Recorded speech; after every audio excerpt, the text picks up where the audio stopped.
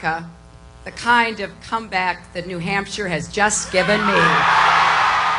What she does now, of course, is she embraces the applause. She goes up to it. She almost wants to hug people for the noise that they're making, for the reaction that they're giving her. I felt like... What are the coaching giveaways? You can tell when somebody is coached, when their gestures don't seem natural, when the beat is off slightly, when you can tell I'm thinking and then I'm showing. Hillary always looks like she thinks before she shows anything. I am not going out there on my own. Mark Jeffries also detects signs of coaching in the new, improved Hillary. Who believe, as I do, that this country is worth fighting for. Now, you see, when you coach your politician, you have to create the illusion that they are loved by many. Now, even when you step out onto a stage and your audience is applauding you, you still have to create this image that there are people out there who you know personally, people that you're thrilled to see. So what you do as a politician is you point to the audience. This is the only time you can use your finger, because you're going, hey, thanks for coming. Now, of course, there's no one there that they know. And if you are in the audience, you're looking at her going, she's pointing at me. Is there somebody else? But the whole thing is a game, and it's a brilliant one, because when you watch it on TV, you go, wow, she knows so many people. Politicians now know they must pay attention to the 93% of communication that's nonverbal. But what role does body language have in everyday life? Does good body language help close a deal? To find out, we hired 2 women to pose as new car customers.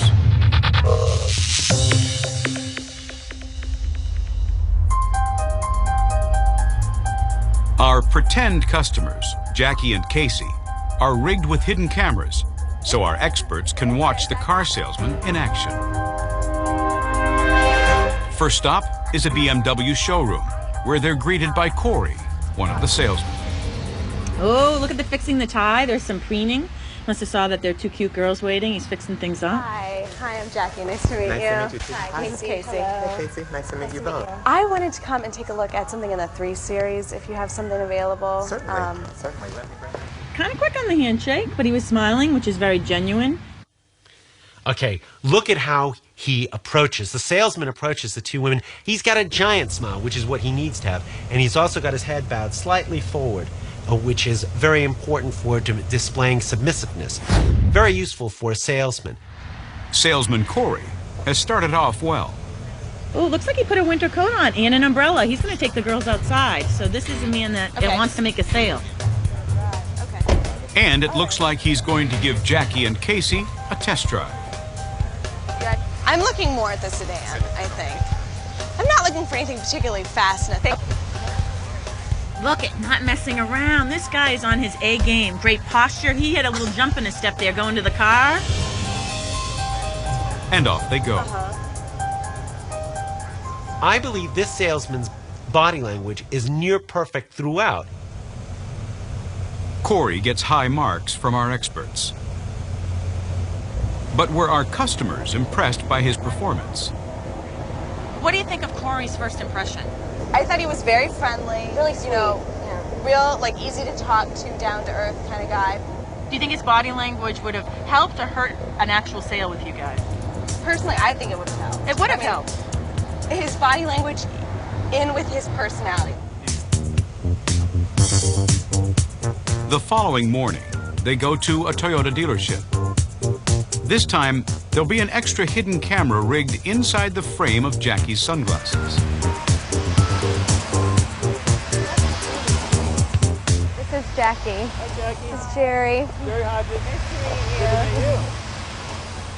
So, How will salesman Jerry compare with Corey? This position right here where we see Jerry, see what he's doing with his thumbs? He's rubbing his hands. That's called the self-touch gesture. Jerry's self-touch gesture is similar to Richard Nixon's hand-rubbing during the Watergate investigations. This is a comfort gesture, and it means that he's feeling in some way uncomfortable. Body language can't be considered in isolation. It's usually an amplifier to what you're already saying. Now, he's moving calmly, he's assuring, but he's not assuring to them. He's actually essentially assuring himself. Both cars come with a built-in remote that's built into the key fob, Okay. so that you don't have to have a separate key. Here's the problem. He's looking down. He did not connect with eye contact with the women. Here there's a disconnect. He's by standing up, what happens is you're saying, I'm more important than you. If anything, he should be down, crouched on his knees a little bit. Inside the car, Jerry's showing off the various features. But is his body language helping to persuade a potential customer? Oh my God, that is very nice. People buy not based on the product. They don't even buy based on the data about the product. Ultimately, they buy based on how they feel about the salesman. So how do Casey and Jackie feel about Jerry? He seemed a little distant to me in general, even when we were, I mean, it got better as it went on in time, but there was definitely some distance there throughout the sale. Camry is more Comparing their experiences, we asked them which salesman would be more likely to sell them a car. Bye. Have a good day. Oh, Corey, definitely. Yeah. Definitely. Yeah. Why? And look at your genuine smiles pop up, by the Because way. he has a genuine smile. I mean, like you said, he has the confidence about him, and he was sure, but it wasn't overconfidence. It was just natural. He just had it. One of the acknowledged masters of body language is former President Bill Clinton. Bill Clinton is great at establishing rapport. He's one of the all-time best.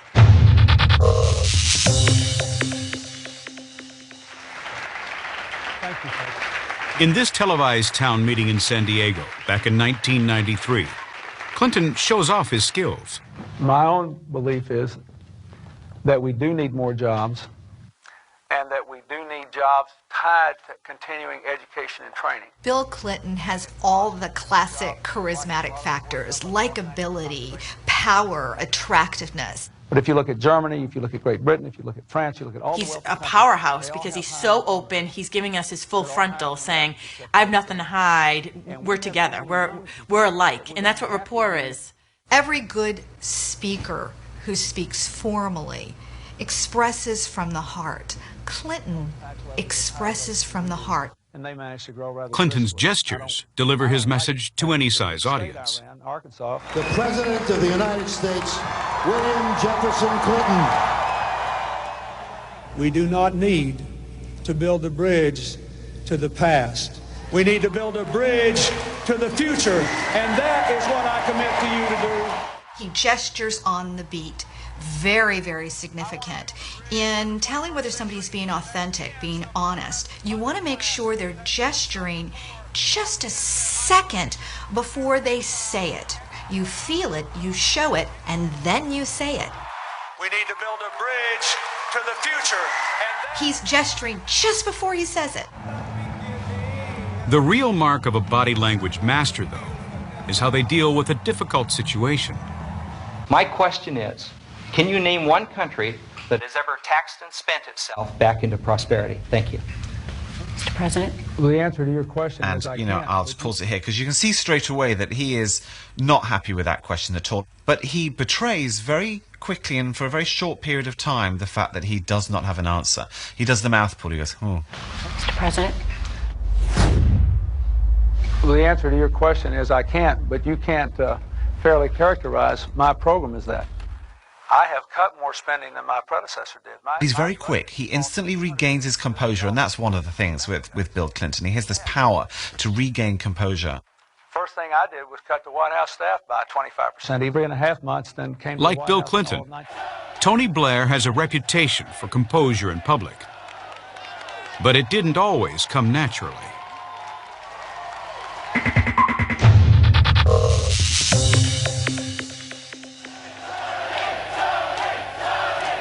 Blair, his wife Sherry, and children are posing for the cameras on the day he first became British Prime Minister. Then came the moment everyone was waiting for. You're taught as a political couple that you must show a bit of love from time to time. Show the voters you're real and normal people. The crowd is applauding. He puts his arm around Sherry as if he's going to hug her. Now, of course, Cherie, remembering the lessons, decides to go for the kiss. He then grabs her, puts his hand right in front of her so that she can't kiss him. and he almost blocks her with his hand like, no, not now, not now, dear. She goes and does a little cat thing on his chest. And it's at that moment when she does that that he realizes he's missed the boat. That actually he was supposed to kiss her. But then it's too late because everyone's seen the effort and you can hear a little bit of booing from the crowd. And then he realizes he's made a mistake, so he kind of kisses her hair. And the whole thing was rather embarrassing. Rookie politicians aren't the only ones to give themselves away. Even the masters can get exposed.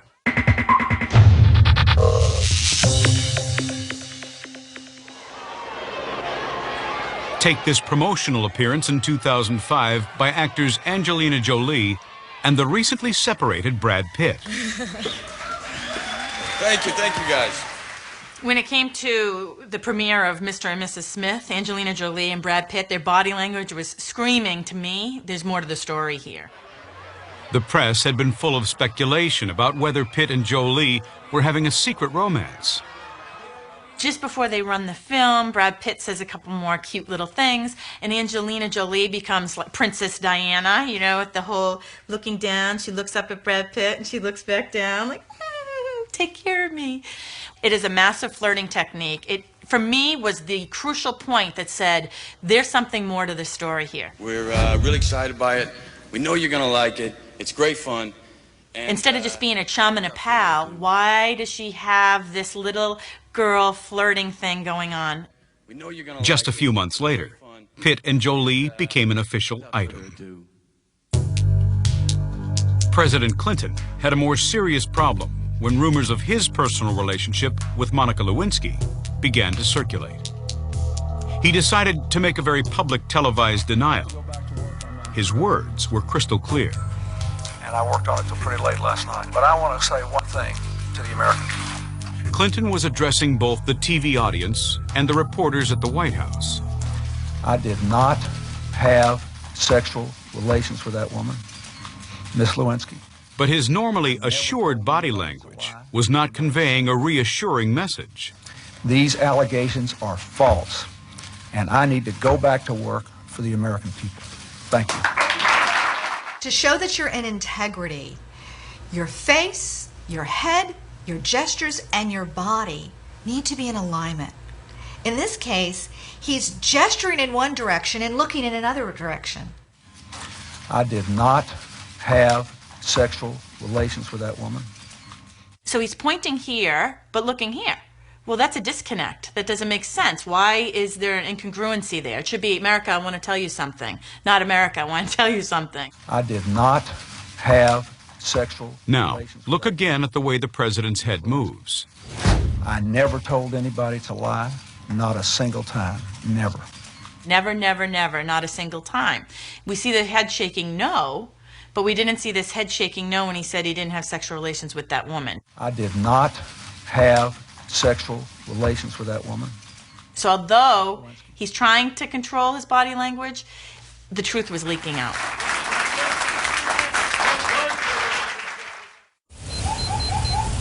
There's tinted windows on this car. Out on the streets, reading body language accurately can be the difference between life and death.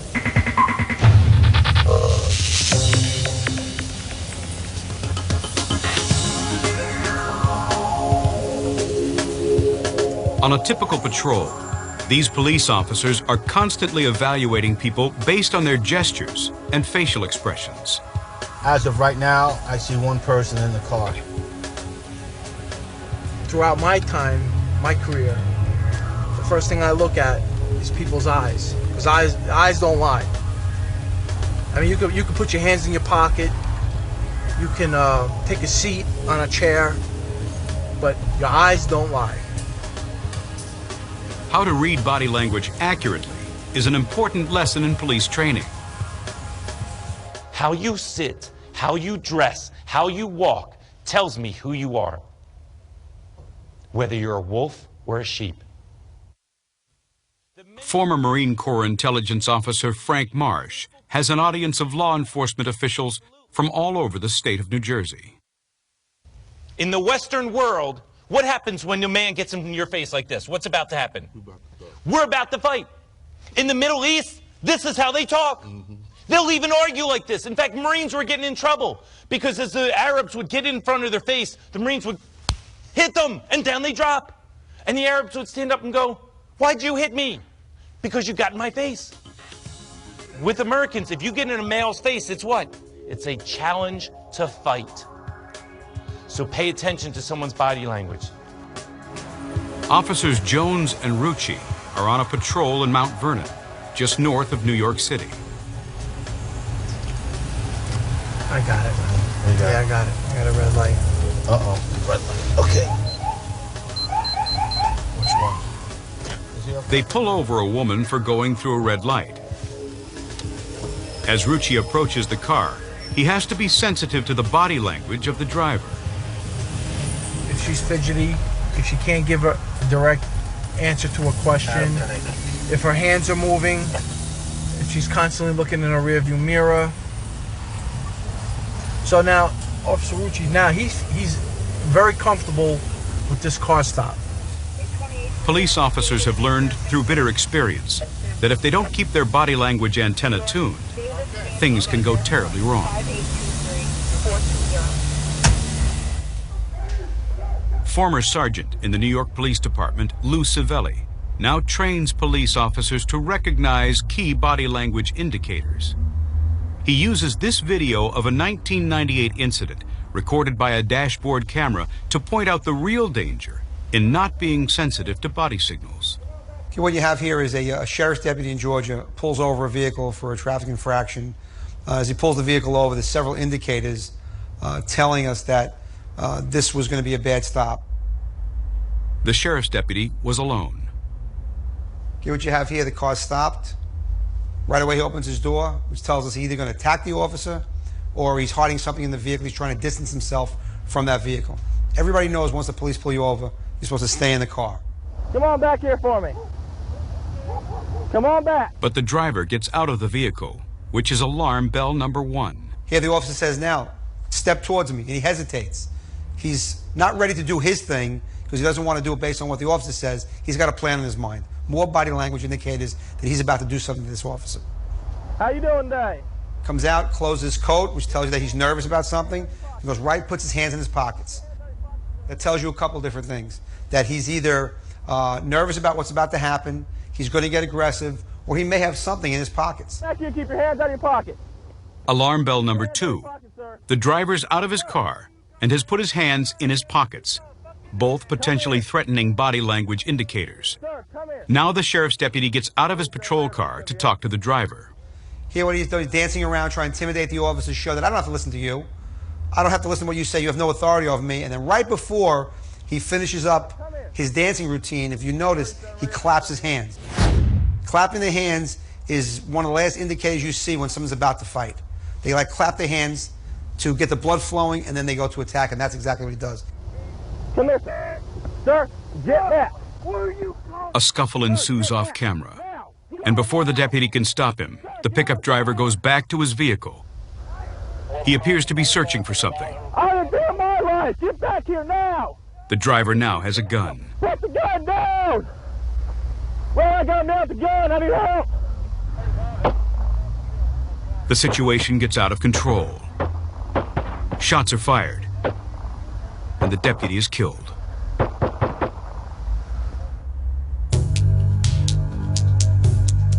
This horrific incident is one of many examples Civelli uses for body language training.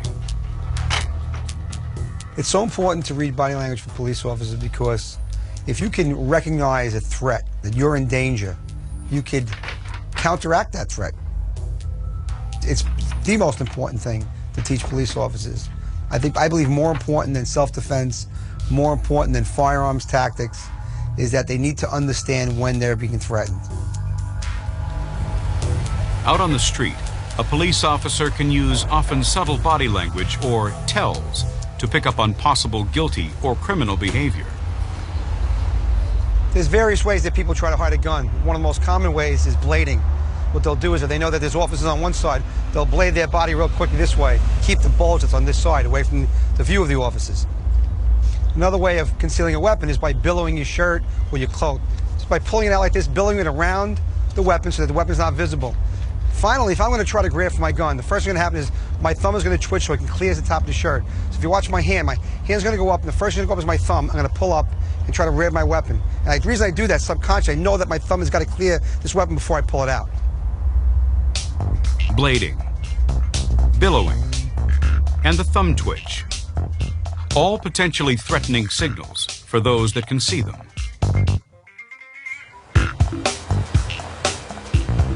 For police officers, there are situations when body language has to be evaluated in just a fraction of a second.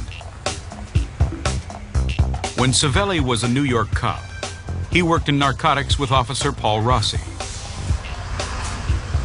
Our team was making undercover buys. We were hitting drug locations. We ended up coming to this drug location. We do what's called a buy and bust. Our undercover would make a buy, and then us and part of the field teams would go in and bust the drug dealer. The drug dealer on this occasion ran for it, towards this street corner. We were up there, we came flying around the corner, and then we came flying into here. We saw him running into there, we saw the back of him from a distance, and then we just drove in. We jumped out of the car, we ended up right over here. Right, we jumped out of the car. You have to remember, the drug dealer lived right there. We're familiar with the neighborhood. We come out, we're flying out of the car, we see him coming around, he goes in, and what do you see him, Lou? He's well, we got see red. the back of his body goes right through the door.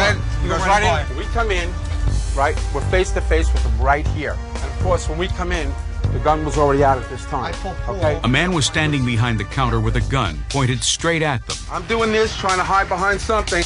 Lou's coming up that side. Both Lou and Paul were about to shoot. Drop the gun, drop the gun, drop the gun, drop the gun. By that time, Lou was up. Something about the guy told us that he wasn't a danger to us. The way he was acting, the way he held the gun, the way his body was pointing, the way his eyes, although his face was fixed on Paul, his eyes kept going that way, which meant he wasn't intent on hurting us. The man behind the shop counter was in fact a frightened shop clerk. We hear the gun go hit the floor. Turns out that his eyes were giving up the guy in the back. His body language told us that guy's back there. And we went to the back room, caught the guy in the back room hiding. We caught our drug deal in the back room.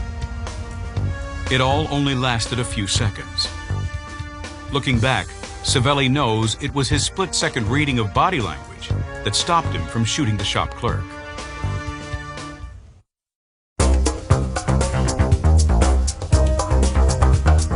More than half of what we communicate is through the gestures we make and the looks on our face. Scientists have dissected the thousands of different expressions that appear on the human face.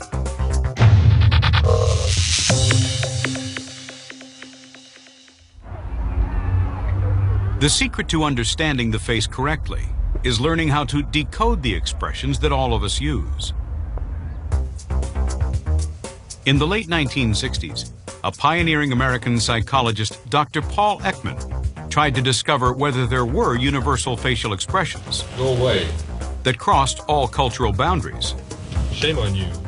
Dr. Paul Ekman is like the Buddha of body language. Ekman is so important because of a study he conducted that compared the emotions in facial expressions of people in Papua New Guinea and Japan with those of people in Western countries. His team asked volunteers to make faces corresponding to a particular emotion and filmed the result.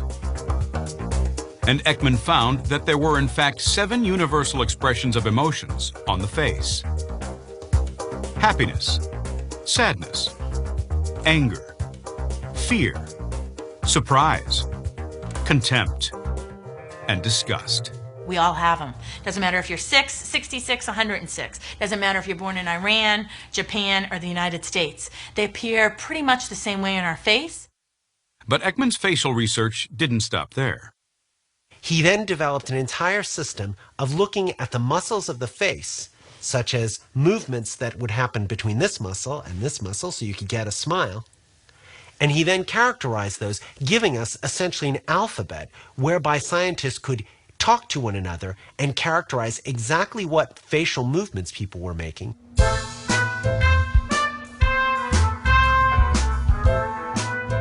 The influence of Ekman's facial expression research can be seen today. Okay, can we turn off the lights, please? Look happy, sad, This is a demonstration of the face reader. Angry. The very latest in automated facial recognition technology. Surprised. Face reader uses the 7 basic emotions as established by Paul Ekman and uses 55 points on the human face in order to classify those 7 basic emotions. The face reader instantly maps the complex interactions of the muscles of the human face. These colored graph bars represent the type of emotion appearing on the face. Every expression is given a value in terms of the degree of happiness, sadness, anger, and so on. Technology like this is now being used in all sorts of fields. For instance, consumer research. How do people react to different foods? Marketing research. How do people react to ads? Today, facial recognition systems are being installed in airports to refine security checks. Happy? But the face communicates so much more than just the 7 universal emotions. Ekman identified more than 3,000 different facial expressions that convey a meaning that most of us will react to, both consciously and unconsciously. Today's politicians are acutely aware of the importance of nonverbal communication.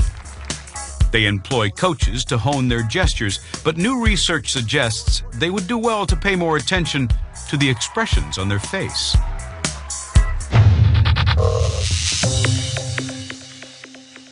I will be our party's nominee for President of the United States. Thank you, Wisconsin. And more of the same. Every presidential candidate has to try to win our trust. And looking forward. They need us to believe they're competent for the job before we're willing to vote for them. Together, we will change this country. But how do we decide whether they're competent or not?